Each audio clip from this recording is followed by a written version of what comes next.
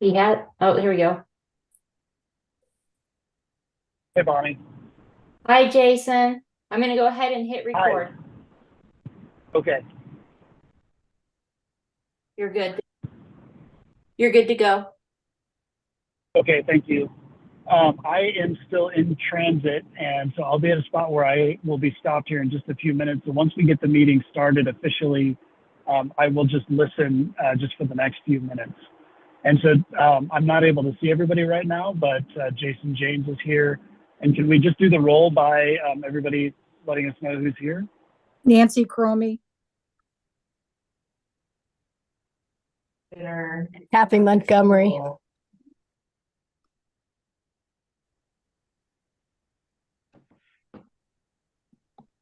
We also Bonnie, have Susanna, Craig. is that everyone? Sorry, go ahead. Yes. Yes, it is everyone.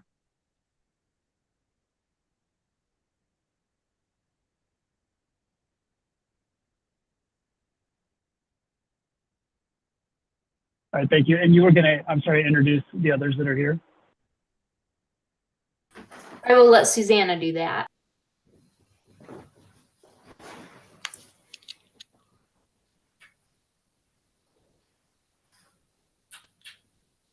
So we have Craig Van Orden, Timothy White, and Matthew Wagoneer on the line also. Hello. Good evening, welcome. All right, Susanna, I think the floor is yours.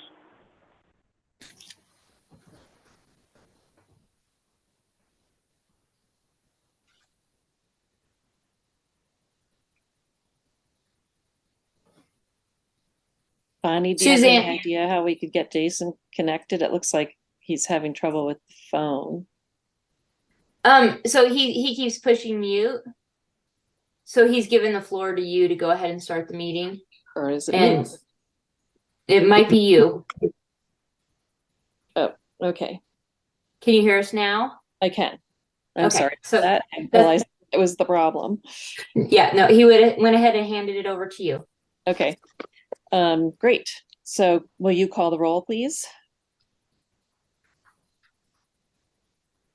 We have Nancy Cromie, Yes. Kathy Montgomery, Yes. and Jason James on the phone. Yes, present, thank you. Okay. Did everyone have a chance to review the minutes from the last meeting? We don't need a motion of any kind. No. Yes. No changes from me. Okay. And then I just have a couple quick updates. 617 Redstone is the new construction that we reviewed back, I think, in February. And they had spent some time looking at relocating the telephone pole that was a big issue that's in the backyard there. They decided not to do that, but it has resulted in a couple of small changes to the building. There's a little bit of it's the accessory building. There's a little modification to the back porch and to the side stair. I don't think they're significant enough to warrant a reopening of that review. So if you guys are comfortable with that, then we'll just go forward. That sounds good to me, Susanna. I want to make sure that we don't overrun how much time it takes to get through. Yeah. Okay. I'm okay with the changes. Great. And I agree. The Redstone Art Center undertook some modifications that required HPC review, and they went ahead and proceeded with the work earlier this summer. They have been notified that they're red tagged, and I'm waiting for them to come back with an actual application for the work that they did. And I haven't heard anything in the last couple months, but I suspect that they're not anxious to, they just want to get through winter with what they've done. So that's still kind of hanging out there, but it is on the agenda. And other than that, do any of the other commissioners have comments?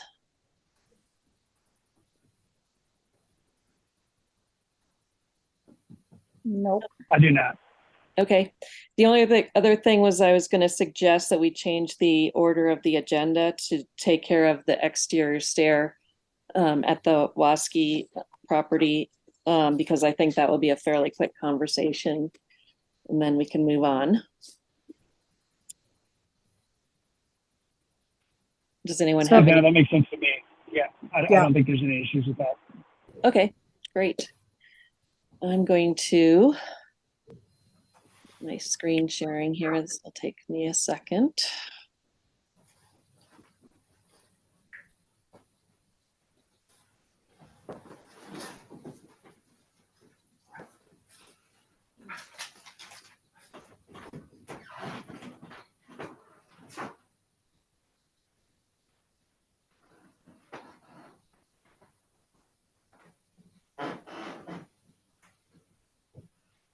So, as you may know, the stair on the back of the Waskey house came crashing down. And so the owner wants to just rebuild a simple stair to replace what was a deck and a stair on the back of the house.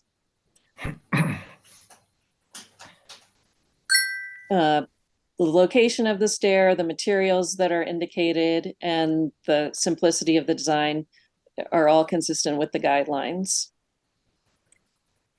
Let's see.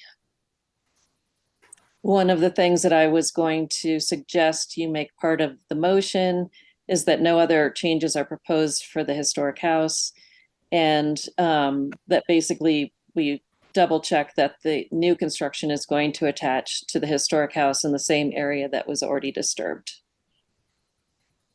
Otherwise, I didn't have any concerns about it. Craig is here to represent the owner. Do you have any thing to add, Craig? No, just, I mean, actually that photo right there, yeah, you can see the two. So we're not going to be even going to the right of as we're looking at. So it's going to be less attachment to the house than there was previously. Okay. And then you'll have appropriate materials to infill that section with. Yeah. Yep. Okay. Oh, in fact, it's already done. Actually, he already put the siding across that piece there and painted it. Okay, great.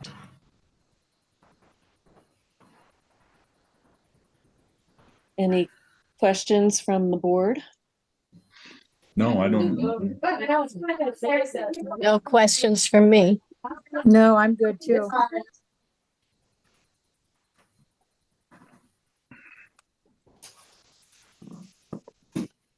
Any other comments, and someone want to make a motion?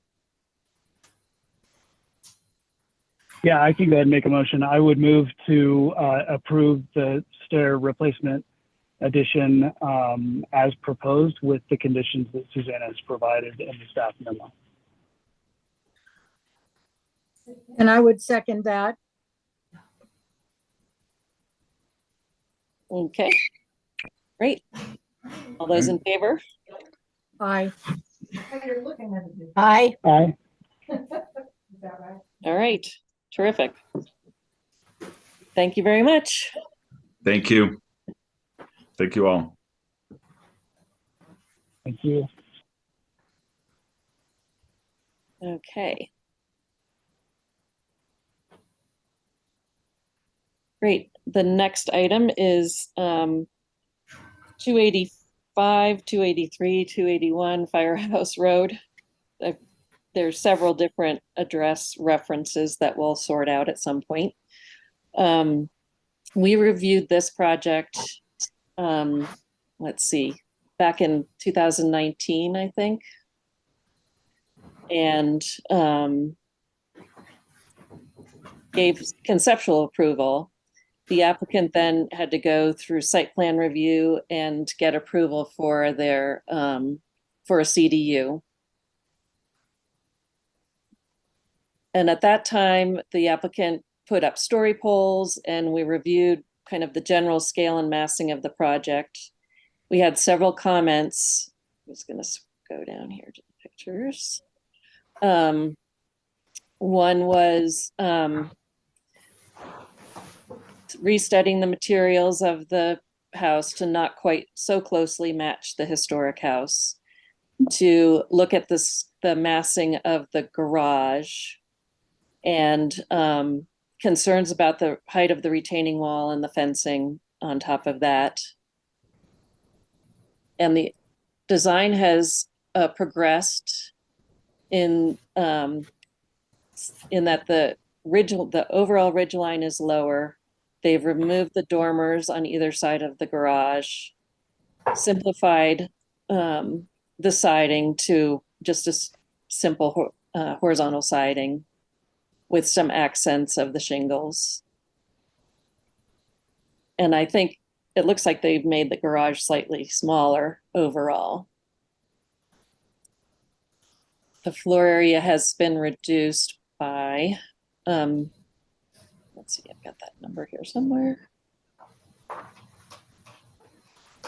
About 50 square feet, or no, 160 square feet from the original proposal that we looked at.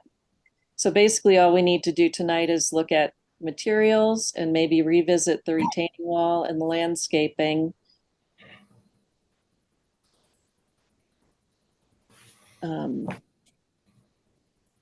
And I think one of the things that's still of a concern to me is the garage door design. There were also two non-historic outbuildings that the applicant would like to remove. So let's open up the floor for Matthew and Timothy. Do you guys like to give us an overview? Good evening. Hey, Tim. Hello, everyone. I guess we could just address it as we go down the list. The garage doors, we've been working with my contractor, and he has suggested we go to an insulated door with a smooth panel. So without the raised panels that look kind of like a generic typical garage door. And that's a service that can be painted, or it can be pre-ordered in a color that's suitable to complement the home, which would mean lower maintenance. So that's kind of the direction I'd like to go in, is just a nice, clean, insulated, smooth surface door, and then get it in the proper trim color. Okay. I think aesthetically that would make the most sense. I did consider trimming it in cedar, and I wasn't, it just seemed too much. Mm-hmm. So yeah, I did have some images sent over by the builder, who's been busy in basalt and aspen, and he said these have been working great. So I agreed. Nice minimalist design, clean lines, doesn't draw a lot of attention, and functional and insulated, which is important. Great. And then I can pull up the other set of drawings here. I wonder if I can just do that. Let's see.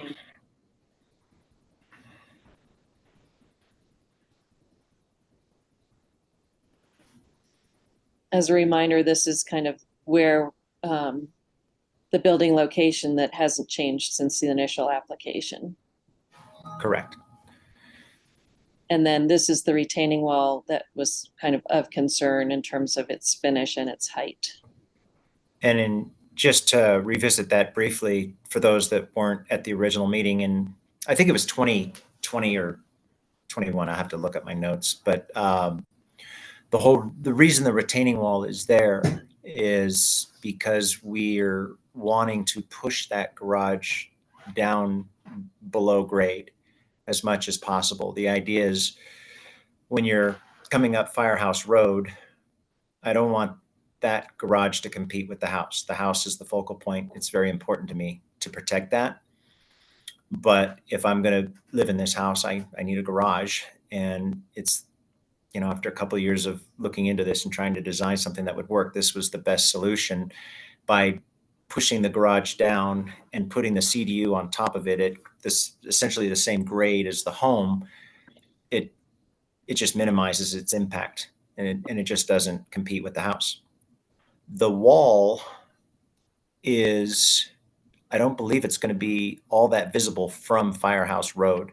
You might get a glimpse of it. The only one that would see it would be myself and my neighbor next door as he goes up and down his driveway. And that's something I can have a discussion with him. He's been working very hard in his yard and in my yard, clearing out debris and doing a little bit of fire mitigation work, et cetera. So we could probably create some kind of screening between us with plant life that we both thought would be nice. Just And to then- add to that, sorry, Matt, basically item 18 at the very bottom of the page there is pointing at a little bubbled area that is intended to do exactly what Matt was just talking about. If you walk the property, obviously this is going to be a reasonably visible item. But if you observe that this is private property and you stay on the road, then what you will see is a very large tree and a nice old historic home. And eventually you'll get a glimpse of the garage, but because of the way the grades work and that sort of stuff, both the retaining wall and most of the garage itself is going to be hidden both by the tree and the slope of the driveway as it rises in front of your view as you stay on Firehouse Road and continue on your walk or whatever it happens to be. So I just wanted to bring that to everyone's attention as well. Thanks, Tim.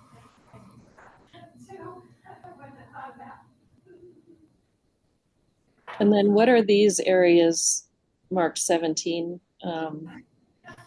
That is slope analysis. So in those areas that are marked number 17, the slope is at or greater than 30%. Gotcha.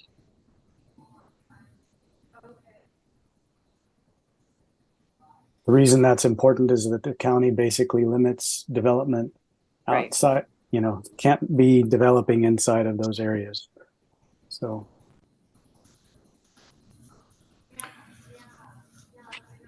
I'm gonna just skip ahead here.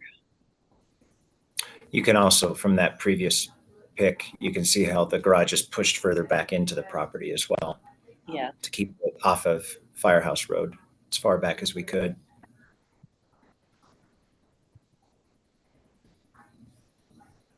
What's the surface of the driveway that you're proposing?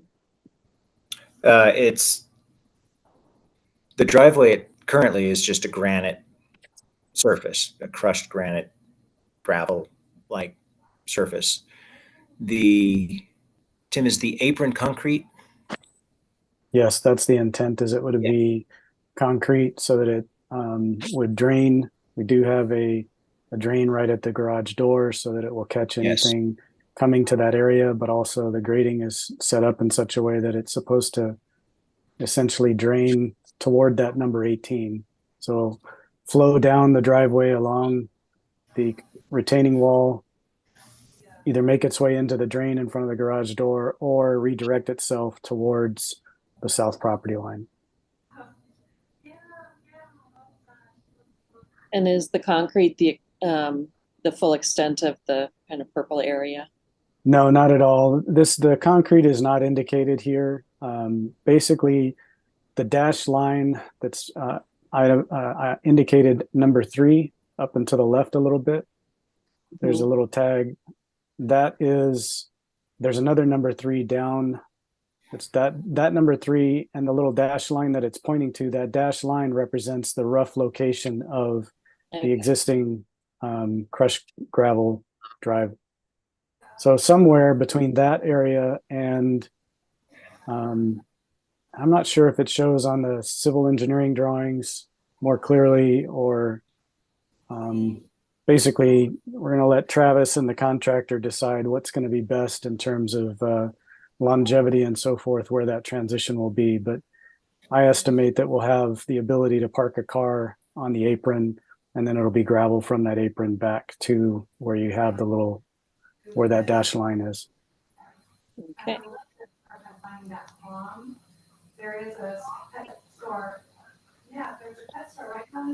Is there anything else about the changes in the building that you'd like to bring the board's attention to that I didn't touch on?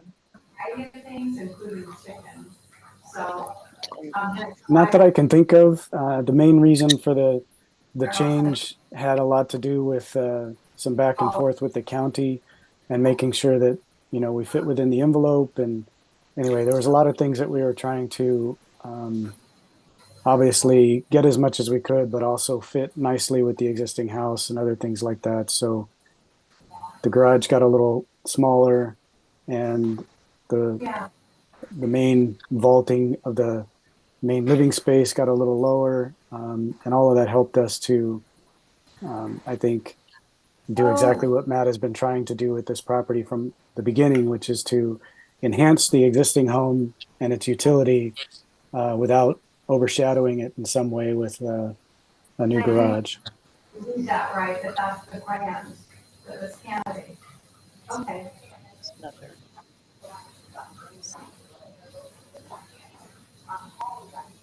Okay.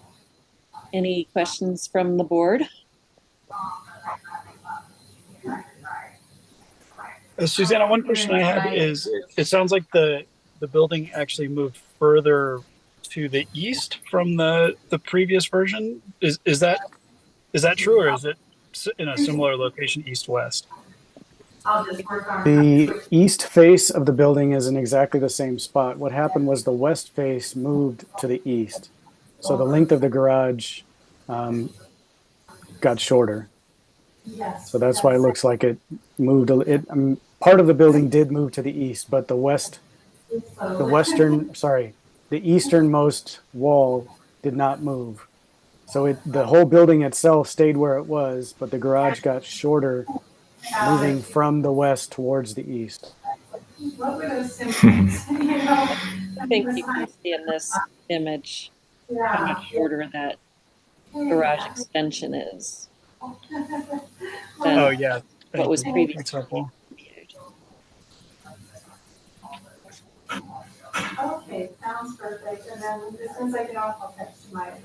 Other questions? I don't have a ton of other questions. The staff memo and then the application materials, the plan set package, really seem pretty clear to me. And this seems consistent with what we had previously approved, kind of in spirit and responsive to the things that Susanna's talking about. I'm certainly happy to offer opinions on the paved apron and the wall as site conditions, but other than that, I don't think I have other questions. I really appreciate the super thorough package. It makes it really easy to understand the proposal. Bonnie, did we lose Kathy? I don't see her on my. I'm here. Oh, there you are. Thank you. Good.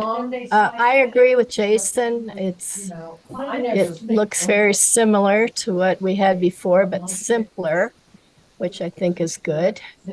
And I think it'll fit in well on the site. Nancy, anything? Yeah, I think Jason and Kathy kind of summed it up. I agree with both of what they just said, and I appreciate the new presentation a lot more than the last time. Yeah, I very much appreciate the level of detail that you guys provided because it just makes things so much easier. Let's see. It's going to see if I had this. Here were the lighting fixtures that were included in the packet. I think those are fine.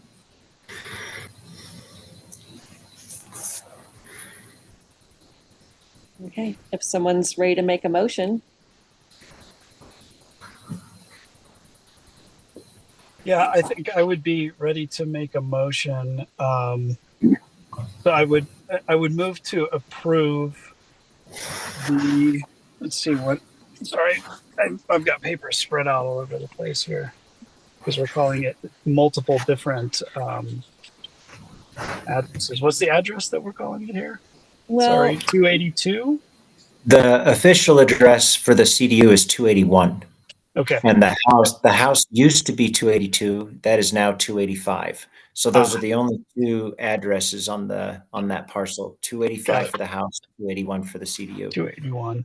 So I would move to approve the revised application for 281 Firehouse Road with the staff conditions as indicated in the memo, and I'm paging to that, which include that no changes are proposed or approved for the historic house, that the non-historic sheds may be removed but not replaced without a subsequent application, and then the standard boilerplate of any substantive changes from the attached submittal should be submitted for review and approval. Suzanne, I'm sorry, as I'm doing this, was there something else about the windows that you wanted to see in here? Or that was from the original application, is that right? You've got enough now. Okay. Yeah. All right, so that, and I would suggest maybe once the driveway is defined, the area of concrete is defined, that should be submitted to us for check-in. and can we have that be administrative on your part? I would be comfortable having a, either 20 feet or up to the corner of the retaining wall where that deflects around the corner. If we want to give some general guidance there, like that area that would effectively be the, a 20 to 30 foot apron in front of the garage seems reasonable to me. And so then if you see that line and you're comfortable with that, Suzanne, I'd hate to have to come back to everybody. No, I think I'd be happy to just make that Okay. just a check-in, just so that it doesn't creep out into the foreground too much. Yeah, perfect. That seems like the most logical, 20, 30 feet is going to accommodate that, so you can, as you approach the garage, you're on a concrete surface, and then that seamlessly goes in and out of the garage. So yeah, that's kind of makes the most sense looking at it. And being that I'm familiar with that property, that's about the right place where you'd have that break. Kind of feels like it. Yeah. And you're going to be challenged to deal with snow and drainage there. So having that pavement makes a huge amount of sense. Yeah. Okay. All right. Do we need to go back over that motion, or are we good enough for a second here? I will second the motion. Okay. All those in favor? Aye. Aye. Great. Wow. That's record. That's record, right? Great. All right, I will put the resolution together, and then once I get that done and it works its way through the process of getting signed, then you can submit that and go ahead with your building permit. All right. That's perfect. Thanks very much. I think part of the my hope is that the level of detail helped us to have that, you just mentioned it being a record, but that's the reason that we included the additional detail, was so that you all would have an elevated comfort level. So thank you. Very much appreciated. Yep. Thank you. It was effective, no doubt. Great. Great. Any further business? No further business here. Okay. Well, have a wonderful holiday, everyone, and we'll do this again in the new year. Okay, thank you very much, everyone. Thank you, Thank you for Susanna. your Be time. safe Thank you. traveling. Thank you. Have a great Bye. night.